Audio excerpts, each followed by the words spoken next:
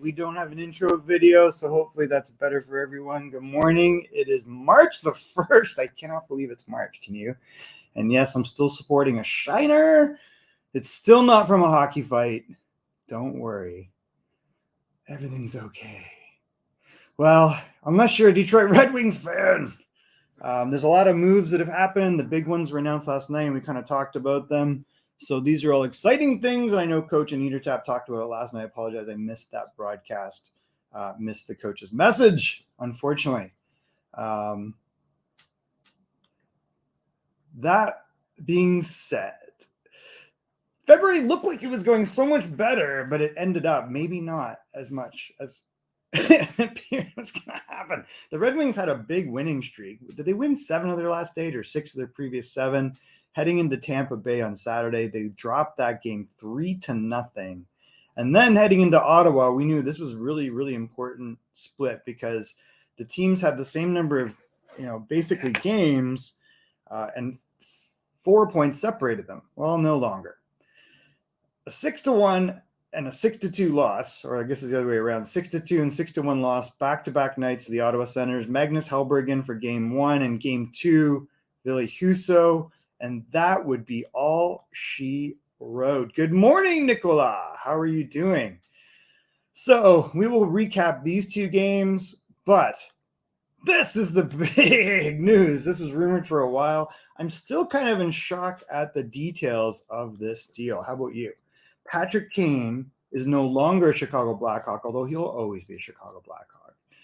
And we see that our good friend Patrick Kane called his shot. He told the Blackhawks where he wanted to go. They made it happen with the help of the Arizona Coyotes. This was kind of a surprising haul. I thought it would be a lot more. And the coach and Eatertap were saying how little it was. And I was like, God, I would jump at that. And I think that's what the Rangers did. And they didn't have much, I don't think the Blackhawks had much choice here. And that's fine. Patrick Kane has given them everything. So in that, in that sense, he doesn't owe them anything, including a big haul. So basically what they get is they got a couple small pieces, by the way. Interesting. Billy Sariarvi and Cooper Zek were throw-ins to this deal. But essentially, it was some draft picks. So I believe what happens is the Rangers send to Chicago a 2nd-round draft pick and a 4th-round draft pick. And the second is conditional that can become, let's see, how does this work? It can become a first if the Rangers make it to the 2nd round of the playoffs. The Coyotes pick up some salary to make this all work, and the Rangers end up picking up $2.6 million. So I think it was like 50% was retained by, that's another interesting deal. Gustav Nyquist from Columbus. Oh, that's interesting. I didn't see that deal. That was quiet. But the Patrick Kane deal is done. So now if you look at Patrick Kane is going to be reunited with Artemi Panarin, that makes the Rangers a pretty good candidate for the Stanley Cup. Obviously, you got to win it to get there. You got to fight through 4 rounds. They're going to be in the playoffs. Who will be their center? I kind of think Mika Zibanejad should be their center. Chris Kreider and Tarasenko could move with Trocheck, and those are 2 bigger wingers that would go with a smaller center.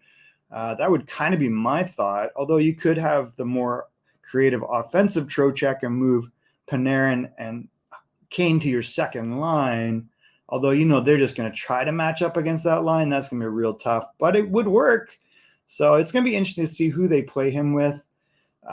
This definitely helps bolster their chances of being a contender. I mean, Jonathan Quick was also traded in a jaw dropper. That is a jaw dropper. So they moved Jonathan Quick for Gavrikov. What the heck? Is this just in? This is last night? How did I miss this? Wow. Okay, so Jonathan Quick of the Los Angeles Kings is no longer a Los Angeles King, and we know that he is really kind of at the end of his contract. And to say that Quick was unhappy with the trade would be labeled an understatement. No kidding.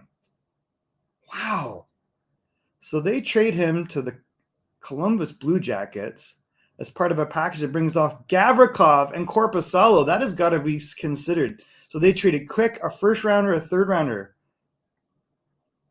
What? Oh my God. He was on a 10-year, $58 million contract. He won cups in 12 and 14 and was the Conn Smythe winner with an insane 946 save percentage. That is true. So now your goaltenders going into the playoffs, Phoenix Copley and Joonas Korpisalo. Does this solve the goaltending problem in Los Angeles?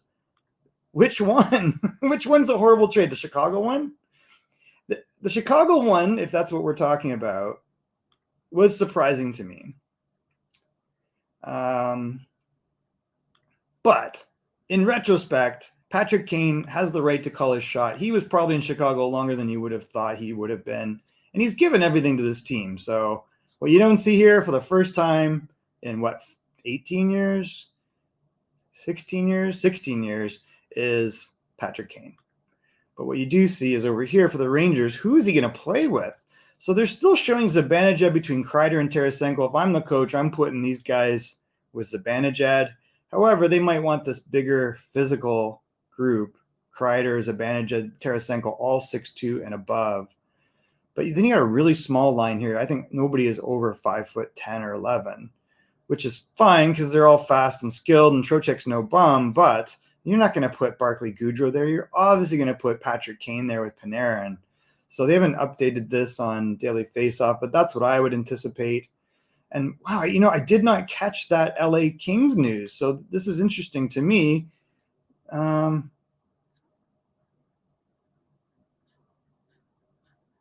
Geez, it's weird. I don't even see this on the NHL trade tracker, but this apparently happened last night. So that is, here we go, right here. Jonathan Quick also traded, guys.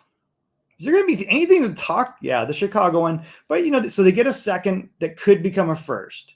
So if this turns out to be otherworldly and they make it to the second round or past the second round, I can't remember. Is it? That's what the condition is on the second that becomes a first. And they get a fourth.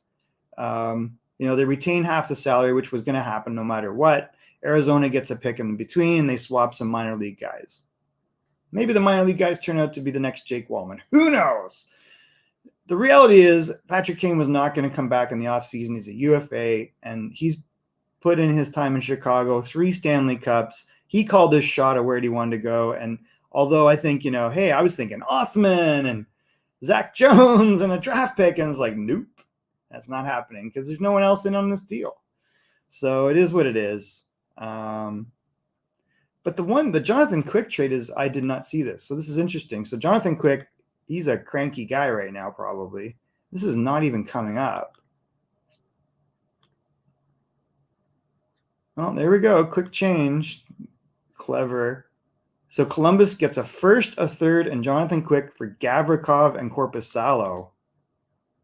So really, these are the assets they want. They've got a goaltender to the end of the year who's not really at the top of his game. Like, he's got a 3.5 goals against average and an 876 save percentage. Those are not NHL numbers. What does our friend Joonas Korpisalo have? Because I don't think it's much better. 317 and a 913. So this, I think, is more acceptable because it's just a function of playing on a really, really poor team. So you've got to think this is currently an upgrade. It gives Phoenix Copley. Yeah, I get it. But what you got from Patrick Kane was 3 Stanley Cups and a lot of loyalty over the last 5 years. They traded Artemi Panarin for Brandon Saad. That was his running mate. They had 109 points. They had the whole scandal last year with Kyle Beach and the trainer, that little weasel. And he toughed it out. Jonathan Toews would have probably been moved too. So I get it. He said, I want to go to the Rangers and only the Rangers. And that's what happened. And it's like, you guys make it work. And they honored that. And that's what it is. And I think that that's a pretty good price considering it could become a first if they go on. And that makes sense. If they don't, it's a rental for, a second round pick for 25 games or 30 games. Second round and a fourth round. You don't get a franchise guy, but, you'll probably drop a little bit in the standings and they'll have a shot at Connor Bedard. Watch them get Connor Bedard.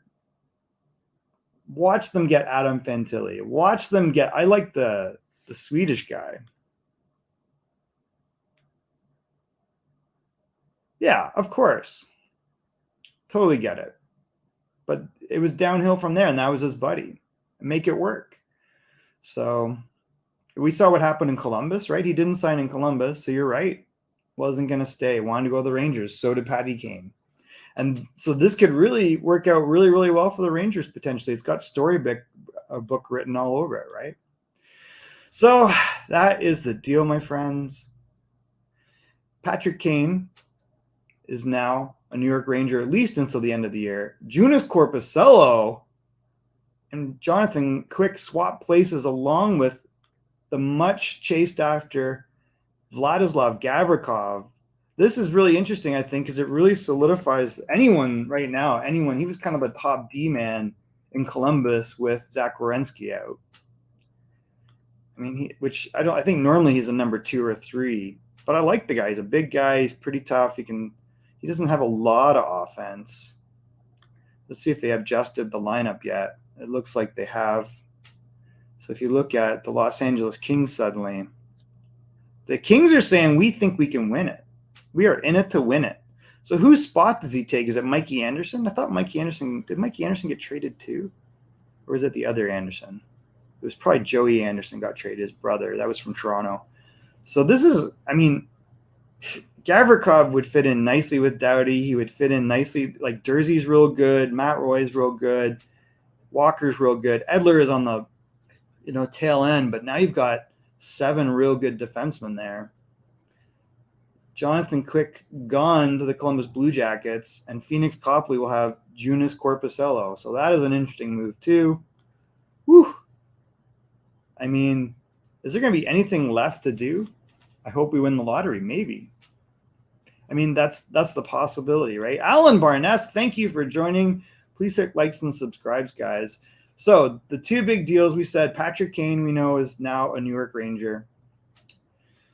The other one, what do you think of this deal? Matthias Ekholm goes to Edmonton with a 6th-round pick for Tyson Barrie. Reed Schaefer, not a horrible prospect. A 1st and a 4th is Matthias. Now, Matthias Ekholm, assistant captain, probably a number 2 defenseman, maybe number 3 on most teams. He's got a little bit of offense. He's a big, much bigger guy, much better 5-on-5 than Tyson Barrie, and that's always been the problem. And they figure they don't need Barrie necessarily. Barrie's got 43 points. So he's got 43 points, which on paper looks real good. He's only a -3, which I think is pretty good for Tyson Barrie, but they really got to pick their spots with him. 5-on-5, not a great player. Defensively, not a great player. Great with the puck on his stick and great on the power play. Matthias Ekholm also very good on the power play, but I believe much better in every other part of the game, a much bigger defenseman. Does this give them a shutdown defenseman that they needed? I mean, the guy, if you've watched Edmonton, that I really like is Desharnais. He's kind of what they need. He's a giant, by the way, if you haven't watched them. So the guy you don't see in this lineup yet is Evander Kane, and he will work in as he's now returning from injury, the hand injury. Now you got Darnell Nurse with Matthias Ekholm on the right side, Brett Kulak with Cody Ceci, Broberg and Bouchard. I wonder if those will be the pairings. We know that's kind of... And then you got Desharnais on top of that. Bouchard played real well in the playoffs last year. He was a little bit off at the beginning of the year. I feel like he's pulled his game back in. I like Broberg. I like Kulak. Cece's never been my favorite, but paired with Kulak, that's not too bad. Is this a true number 2 pair? I'm not sure about that. But this is probably the way it'll go. I contend that McDavid is on a mission to win no matter what. And we saw what that was like last year with an injured Leon Draisaitl. You've got to think that whether it's Jack Campbell or Stuart Skinner is a pretty darn good goalie.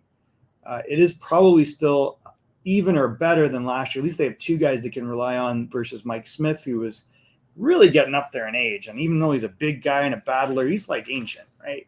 So you've got to think no matter what, they're in a little bit better situation. Then last year they move on from Jesse Puljujärvi. Interesting, they put Desharnais on forward. He is a monster. Isn't this guy like... What? He's a defenseman, guys. Come on. They don't need him on forward. That doesn't make any sense. Something else is going to happen here. Klim Kostin's pretty good. One thing about it, they've gotten a lot bigger here. Does this make them better? Does this make them a contender? I think when you add in Evander Kane to this scenario, and if he is healthy and clicking after 5-10 games of playing, you got to think that they're pretty tough to play against. So that is that trade. I think this is an upgrade for them. I still think they have holes. You know, Evander Kane will help, but if you're Edmonton, you should be looking to make another move. I don't know. Just my thought. You got Kyler Yamamoto. Yeah, trade deadline coverage is on Friday, so we will see. Are there any deals left to be made? All right, on to the Detroit Red Wings. We will just glide through this. It was ugly again last night, 6-1. The Ottawa Senators, you will see in the standings, have closed the gap that existed. They had the same number of games as the Red Wings, unlike other teams where both teams had games in hand, and they closed a 4-point gap to 0 with 2 back-to-back wins. 6-1 last night. Kubalik got it started early, and that would be all she wrote. And you could see the Ottawa Senators, Austin Watson in the previous game was like ready to beat people up. There were some tense moments in that second period in the first game, and I just don't think Detroit was up for that. Nobody's going to take on Austin Watson, are they? Well, last night, Austin Watson showed he can still score in the NHL when he puts his mind to it, getting a shorthanded goal, and then his 7th after that, back-to-back goals. Stützle, 28th of the year. He is such a good player. He and Tkachuk, what a dynamic duo that is. And it's allowed Claude Giroux to have a terrific year. DeBrincat, if you look, 52 points, 20 goals, 32, not bad either. This Ottawa Center team was pretty darn good. Previous night, much the same story. Magnus Hellberg in net for this one. The previous one was Ville Husso. 6-2 again. It was all Ottawa after the first. Tyler Bertuzzi got on the board, and then it was just Ottawa. Jake Sanderson tying it up. Perron went ahead 2-1. Batherson, Giroux, Tkachuk, Shabbat, Stützle. Game over. So this is where we sit. Red Wings are back in 6th. Ottawa for the first time all season in 5th in the wild card. So they have played 60 games. Pittsburgh's also played 60 games. Ottawa has 64 points. Detroit has 64 points. Both 533. Pittsburgh with 69 points, but suddenly on a 3-game winning streak. Buffalo back in the losing column. So they have 1 game in hand, though, and 66 points. So even if they win their next game, they still won't be in the wild card, but they'll be within 1 point of it. And New York Islanders playing pretty decent lately, getting really good goaltending. Bo Horvat been a great story, even though they lost Matthew Barzal. I do not think that Florida is there, but they're winning. Florida's suddenly winning, so maybe they're making a run for it too and making it interesting. 66 points, but that's in 62 games. They had a big win against Tampa, so that was really a big deal. All right, if you're a Red Wing fan, another matchup against the Seattle Kraken. They won the last one. No, they didn't. They lost 4-2. So now they're a 3-game losing streak coming into this. You've got to think it'll be Husso versus Martin Jones, although, you know, the goaltending carousel in Seattle is real. Grubauer getting destroyed in his last 2 games. I think 11 goals in 2 games. Not saying much for the Red Wings, who have allowed 12 goals in the last 2 games between their 2 goalies. 4-5-1, though, for Seattle. They did win their last game, however, you know, not an amazing record. Are they going to fall out of playoff contention? Are they going to make any moves? I don't think they'll make any moves at this deadline. You think so? God, I don't know, man. He played so well in those 2 games where he said, "Oh, you think I'm hurt?" And he beat Tampa. The Chicago beat Tampa, and he had like 3 goals or 4 goals. It was like insane. And they had another 2-goal night after that. Patrick Kane is on a mission. You look, it's like a throwback to early 2000s, like the 2010s. LA thinks they're going to win. Patrick Kane thinks he's going to win. Rangers got Tarasenko and Kane, both recent Stanley Cup winners. You got to think that helps them. And playing with Artemi Panarin, that is just going to be magic. So that, I don't know if he'll suck. Good morning from Denver, brand new. He's going to get knocked around. Well, this is why I say, like, I think I would at least put him with, I would put him probably with Zibanejad. I mean, he's a talented player, but he's a bigger guy, plays a 200-foot game. Not that that's going to make room for him. Chris Kreider would make room, but you want to play Panarin and Kane together. Maybe 5-on-5, you play him with Kreider. You know, there's lots of options there. That's the thing about the Rangers, and they're no slouch. They got K'Andre Miller back there. They're a pretty darn good team. They got Jacob Trouba. They got some toughness. We don't think so. Barclay Goodrow's no slouch. They got some players that they're going to be tough to play against, and I think that that's one of the elite dynamic duos.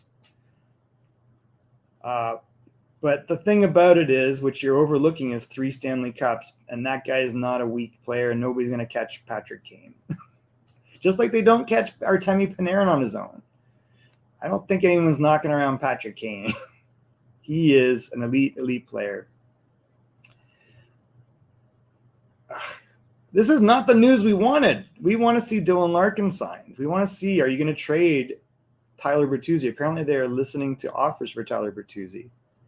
My food for thought is Patrick Kane is one of the top 10 players, top 5 scorers of the last 6 years, I believe, if you look, in the NHL, and that's on a bad team. He made Alex DeBrincat that much better, who is also a tiny, fast player. Artemi Panarin is a level and a half above Alex DeBrincat. And the last time these two guys played together, the Chicago Blackhawks had 109 points and have not made the playoffs since. That's my thought on it. And Patrick Kane is a champion of champions. 3 Stanley Cups.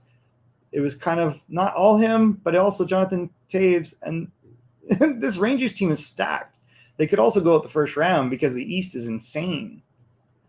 I don't think you're going to beat up Patrick Kane, although apparently he has this nagging injury. I'm really excited to see him playing with purpose. I agree, which is there's a reason for him to be excited. He's on a legitimate top 7 or 5 playoff contender. Maybe they move to number 1. No, you just have bitter feelings towards him. Patrick Kane, on a horrible team, playing with Max Domi, is like 0.8 points per game. And if you look at his stats over the last 5 years, including last year, he was lighting the NHL up. And if you watch him, you know he's not washed up. He's a really good player. If he wasn't, I would say so, but he's not. He's a very good player. If he was washed up, I'd say this guy's washed up. He is far from washed up. He has so much hockey in him. And if you look at those 2 games, including the Tampa game, he had 5 goals in back-to-back games as a statement after the Tarasenko trade.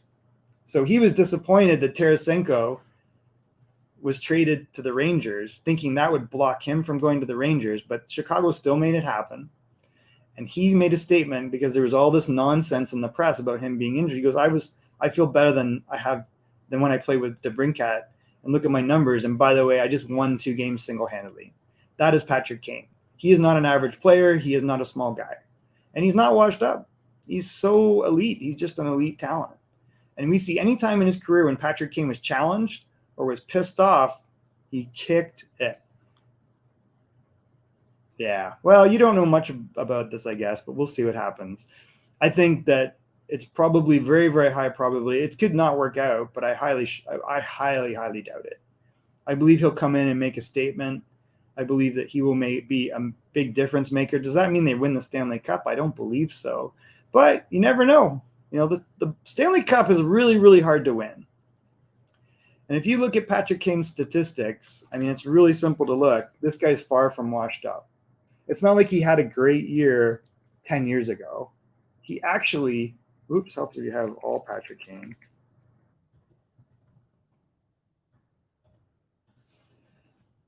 Even up to last year, the guy had 92 points. What are you talking about? He had 66 points in 56 games, 84 points in 70 games, 110 points. This is far from washed up. And all they did is they kept getting worse. The team kept getting worse. All around him, the team was getting worse. So he hasn't played with Panarin in a while. So the last time, I think, was here, where he had 106 points. So it's wild. He was 26. That's crazy. They wasted a lot of years of this guy's career. That's kind of painful. They were 1-2 on that roster. And then without him, his production did drop a little bit. There's a significant difference, but he figured out a way after that, coming back, 110 points. He made Alex DeBrincat that much better. You were having a pretty healthy Jonathan Toews, not with long-term effects of whatever he's got. And if you look, he's crushing it. And not with great coaching. I mean, it's not like he had great coaching. Jeremy Colton? Come on. This is an elite player no matter what way you cut it. 92 points last year was not a joke. You look at without him, DeBrincat's not the same, and his numbers are down. He's playing with Max Domi.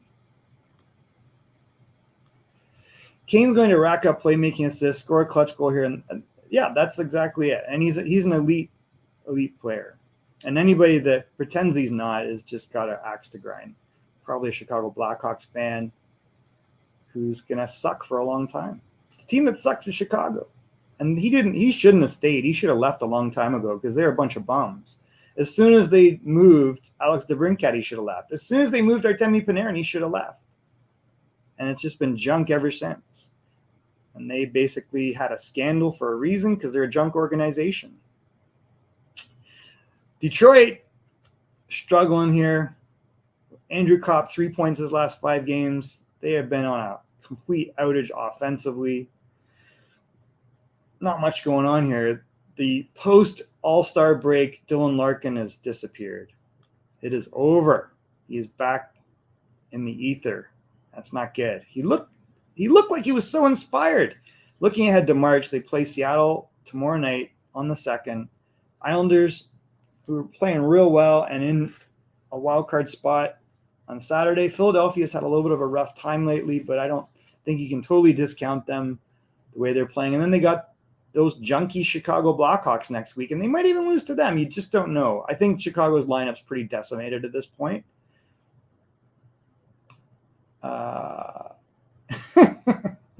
What's his name? Is the Athanasiou has been scoring. That's great. Max Domi's your leading scorer. You're in trouble.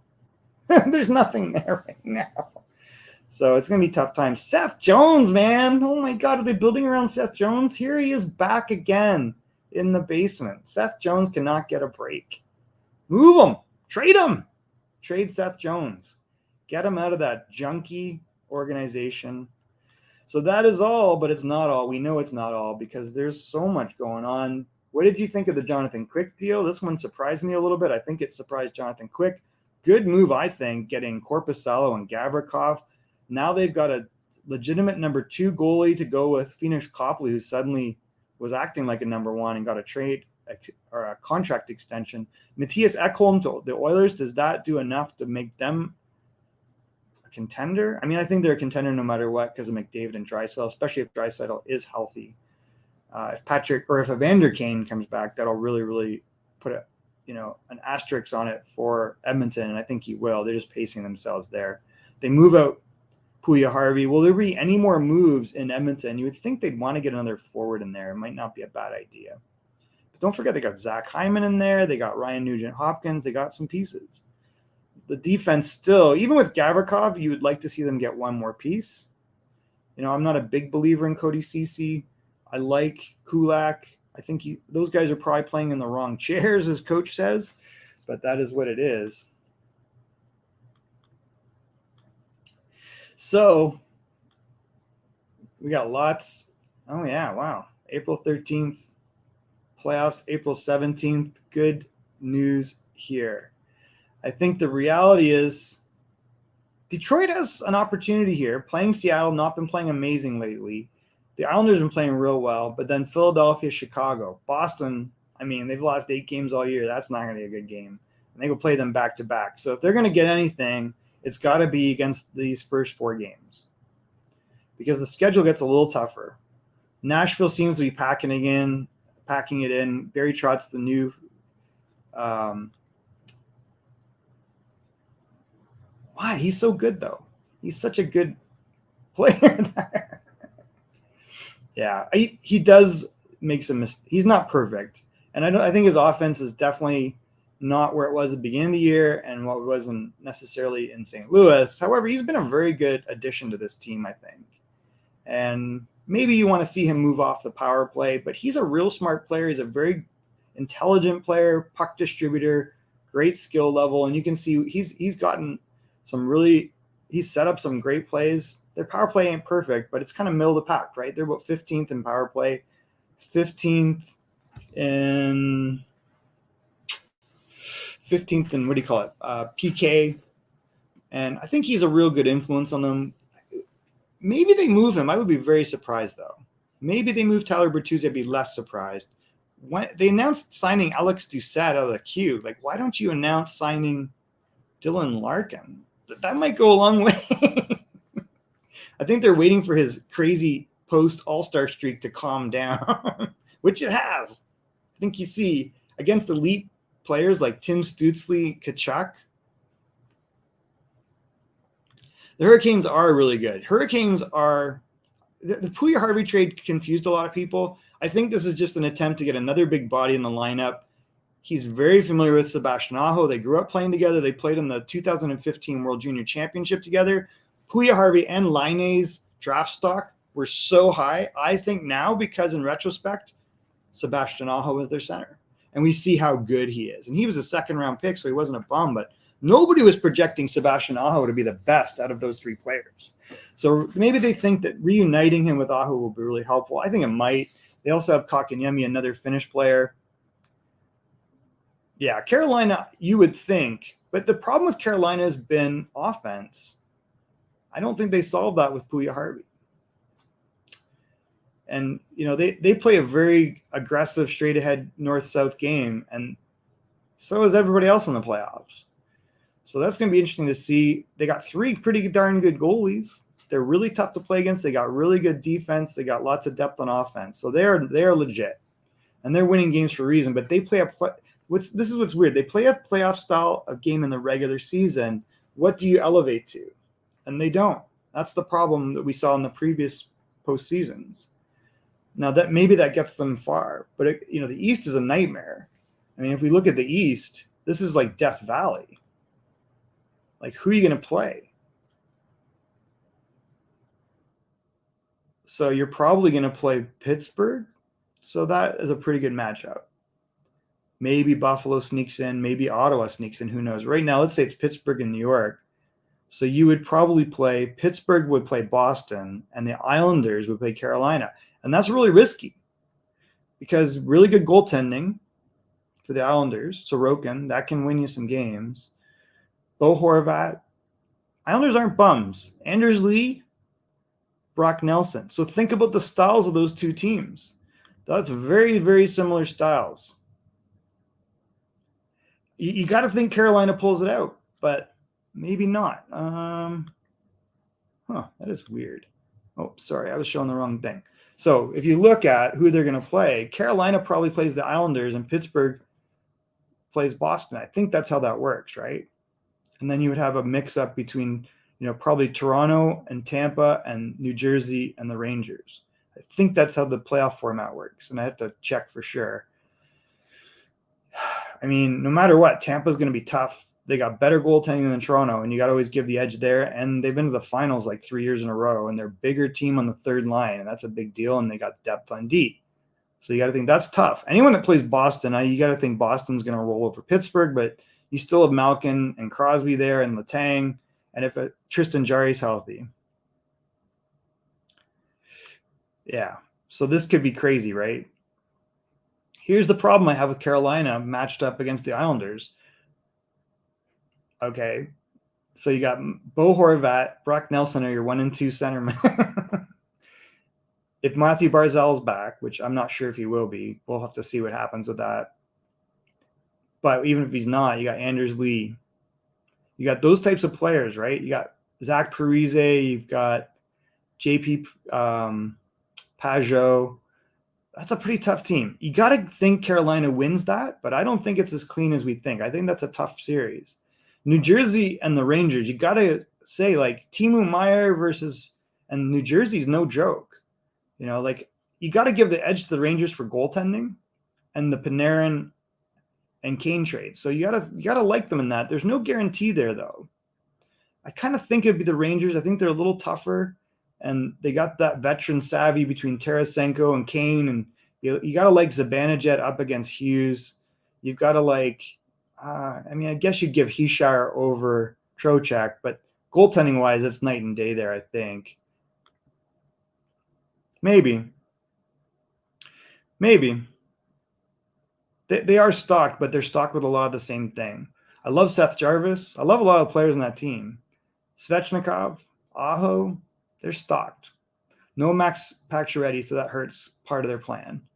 They don't have a lot of offensive creativity. So my only point is those are two teams that's very, very, and Brett Burns is a wild card, and he could be very effective. So they're stocked. They should beat the Islanders. But that might not be as easy a series as we think. Very similar styles can go head-to-head and not always work out the way you think. But I got to think they would get by them. Tampa, Toronto. Tampa? Yeah. Those I think overall that probably Carolina should pull that out. But it might be tough. Playoffs are tough. And you got really good goaltending on both sides. You got good D on both sides. Don't discount the Islanders D. Noah Dobson, Pulak. We don't get to see them a lot. Those are really good defensemen. Forwards, they got big bodies up there. Anders Lee, Brock Nelson, Bo Horvat's been the leader of this team. Even if they don't get Barzal back, which I you hope that they would, that would make it a great series. It's going to be interesting. The playoffs are going to be great. All right, guys, I'm going to wrap this up. Thank you so much for all of your comments. Please hit likes and subscribes. The trade deadline show will be on Friday at 10 a.m. I assume that is Eastern, RJ. Check out Coach Frenchie tonight. I believe at 6 p.m. Pacific, 9 p.m. Eastern time. I mean, listen, they made all the moves they could. I know Ryan. I love Ryan O'Reilly. He's an X factor. He will not go lightly into the night. He will be a difference maker.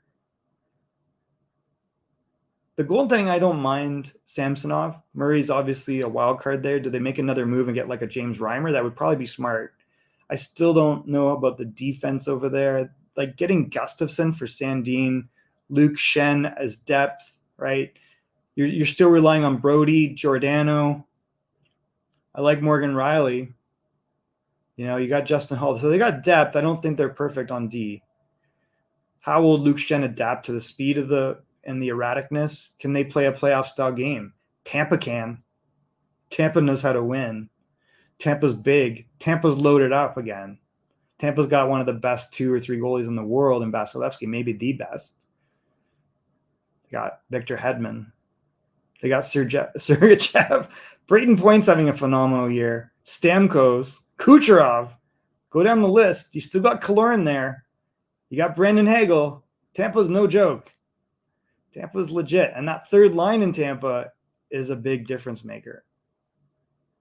I hope it does too. He's really excited to be there. I know his family's really excited to be there. His kids. It's weird to say he's got kids. Because when I knew him, he was a kid.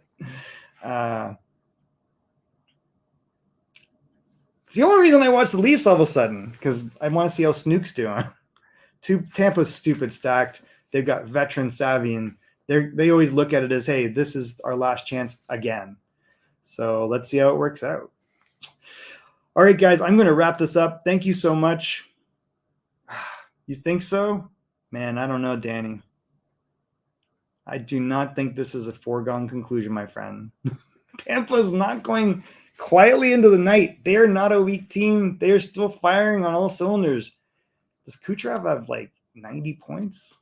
I mean, Brayden Point, is he going to get 50 goals? I mean, it's something crazy like that. Brandon Hagel, they acquired Tanner Janot for the third line. And that third line already had a Nick Paul guy. Whatever that Nick Paul guy. What's that Nick Paul guy doing? He's scoring goals, checking bodies. Kucherov, 86 points. Third leading scorer in the NHL. Not too shabby. Vasilevsky, number 2 in the NHL. 919 save percentage, 256 goals against average. Those are the things you look for, right? And then if you go goal scoring, Braden Point is 37 goals. He could get 50. It's going to be tight.